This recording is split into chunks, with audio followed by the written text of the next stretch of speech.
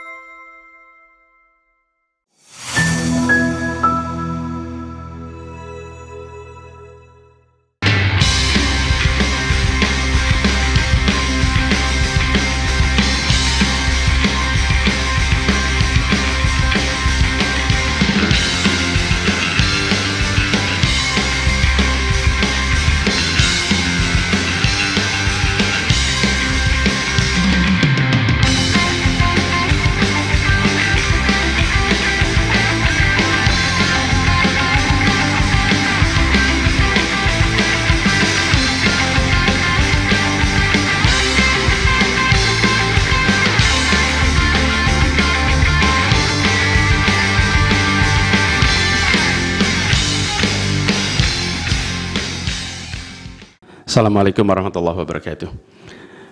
Yang mulia Hakim Mahkamah Konstitusi, hari ini adalah sebuah momen yang sangat penting dalam sejarah kita. Kami berdiri dengan penuh rasa hormat di depan Mahkamah Konstitusi untuk menyampaikan sebuah situasi yang mendesak dan kritis, serta memerlukan pertimbangan mendalam dan keputusan yang bijaksana. Bangsa dan negara kita ini sedang berada di dalam titik krusial, sebuah persimpangan yang akan menentukan arah masa depan kita. Apakah kita akan melanjutkan perjalanan kita menuju kedewasaan sebagai sebuah negara demokrasi yang matang, ataukah kita akan membiarkan diri tergelincir kembali ke bayang-bayang era sebelum reformasi yang justru kita hendak jauhi? Kita dihadapkan pada pertanyaan-pertanyaan fundamental yang menentukan, apakah Republik Indonesia yang kita cintai ini akan menjadi negara yang menghargai dan memperjuangkan konstitusi sebagai pilar tertinggi demokrasi kita atau rule of law? Apakah kita akan mereduksi konstitusi menjadi sekedar alat untuk pelanggengan kekuasaan tanpa pengawasan, rule by law?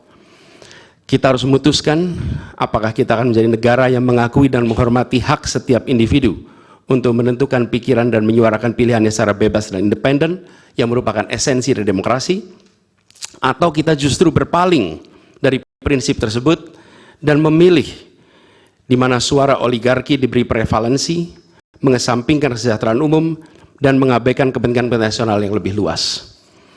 Ini adalah saat di mana kita harus menentukan komitmen kita terhadap nilai-nilai demokrasi, kedaulatan hukum, hak asasi manusia. Ini adalah waktu untuk menunjukkan bahwa Indonesia adalah bangsa yang besar. Bangsa yang besar bukan hanya dalam aspek wilayah, bukan hanya aspek populasi, bukan hanya aspek angka-angka ekonomi, tapi juga bangsa yang besar karena kebijaksanaannya, karena keberaniannya, karena integritasnya di dalam menegakkan demokrasi dan konstitusi.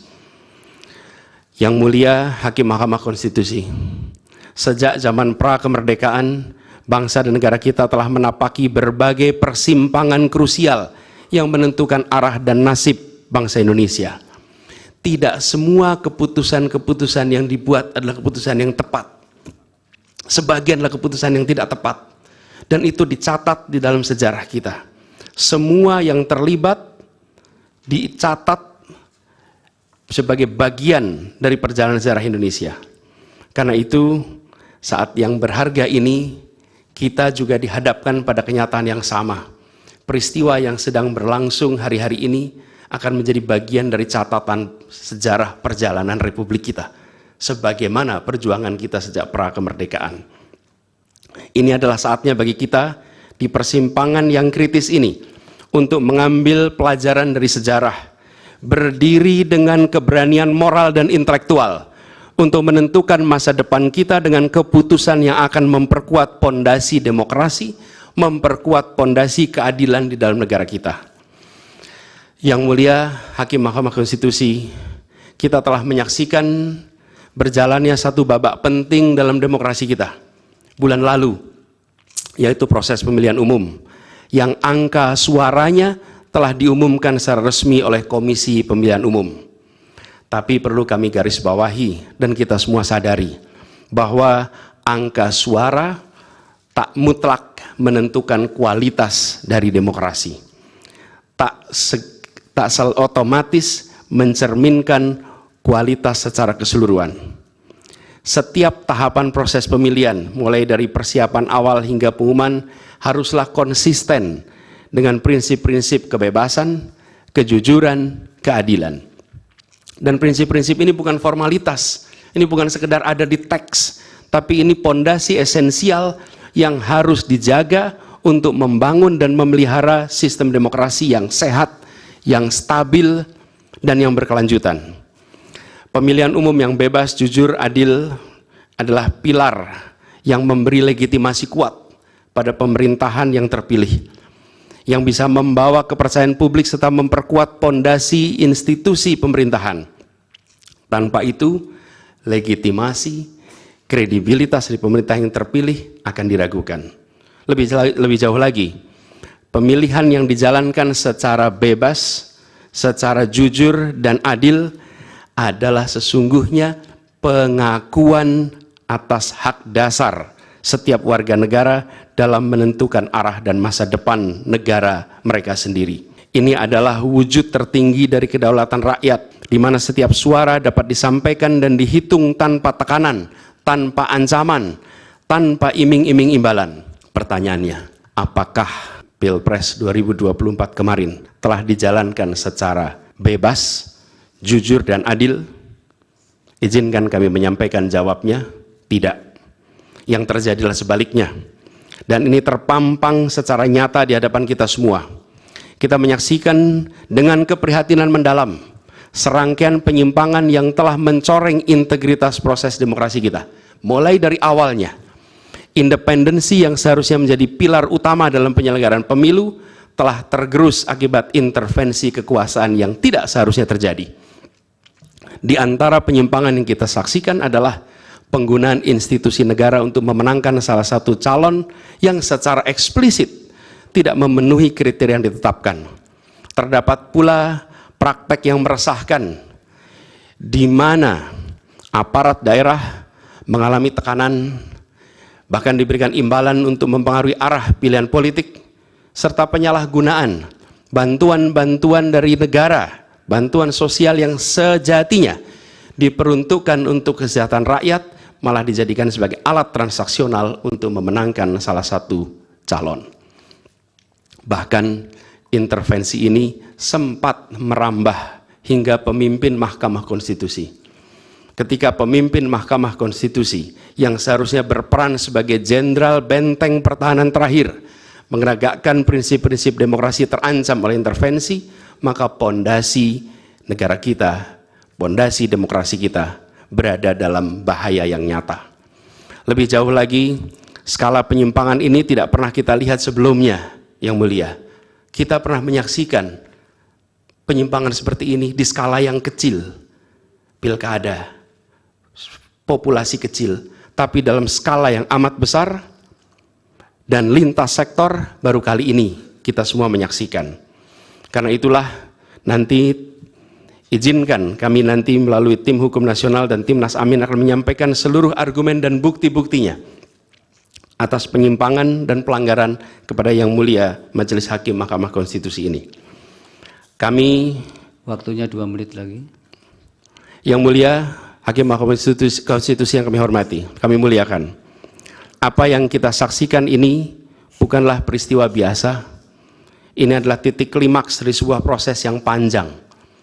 Penggerogotan atas demokrasi, di mana praktek-praktek intervensi dan ketaatan pada tata kelola pemerintahan secara pelan-pelan tergerus. Oleh karena itu, Yang Mulia Hakim Mahkamah Konstitusi, di hadapan Yang Mulia kini terbentang satu momen paling krusial dalam perjalanan demokrasi kita. Di pundak Yang Mulia terpikul tanggung jawab yang amat besar untuk menentukan arah masa depan demokrasi kita. Apakah kita akan melangkah dalam persimpangan jalan ini menjadi sebuah republik dengan rule of law atau rule by law? Demokrasi yang makin matang atau kemunduran yang sulit untuk diluruskan di tahun-tahun ke depan? Bila kita tidak melakukan koreksi saat ini, maka akan menjadi preseden ke depan di setiap pemilihan di berbagai tingkat. Bila kita tidak melakukan koreksi, maka praktek yang terjadi kemarin akan dianggap sebagai kenormalan dan menjadi kebiasaan, lalu menjadi budaya, dan akhirnya menjadi karakter bangsa.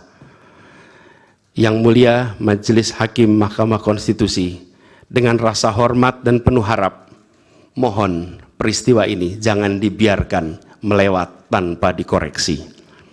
Rakyat Indonesia menunggu dengan penuh perhatian, dan kami titipkan semua ini kepada Mahkamah Konstitusi yang berani, independen, untuk menegakkan keadilan dengan penuh pertimbangan. Kami mendukung Yang Mulia untuk tidak membiarkan demokrasi ini terkikis oleh kepentingan kekuasaan yang sempit, tidak membiarkan cita-cita reformasi yang telah lama diperjuangkan menjadi sia-sia. Tindakan dan keputusan Mahkamah Konstitusi terkait dengan jadwal pemilihan kepala daerah serentak serta keputusan penghapusan pasal pencemaran nama baik telah memberikan kepada kami harapan bahwa independensi, keberanian, ketegasan dalam menegakkan keadilan hadir kembali di Mahkamah Konstitusi ini. Kami memohon kepada Hakim Konstitusi yang kami muliakan untuk menerapkan kebijaksanaan dan keadilan dalam setiap keputusan perkara yang kami ajukan, menjadi penjaga yang teguh atas nilai demokrasi, dan memastikan bahwa konstitusi tetap menjadi panduan utama dalam membangun masa depan bangsa yang lebih adil dan sejahtera. Semoga sejarah mencatat dan menjadi saksi atas dedikasi dan komitmen Yang Mulia untuk mempertahankan integritas dan martabat demokrasi dan konstitusi kita. Kepada Hakim Mahkamah Konstitusi yang kami muliakan, harapan besar dan tinggi itu kami titipkan. Terima kasih. Assalamualaikum warahmatullahi wabarakatuh. Waalaikumsalam.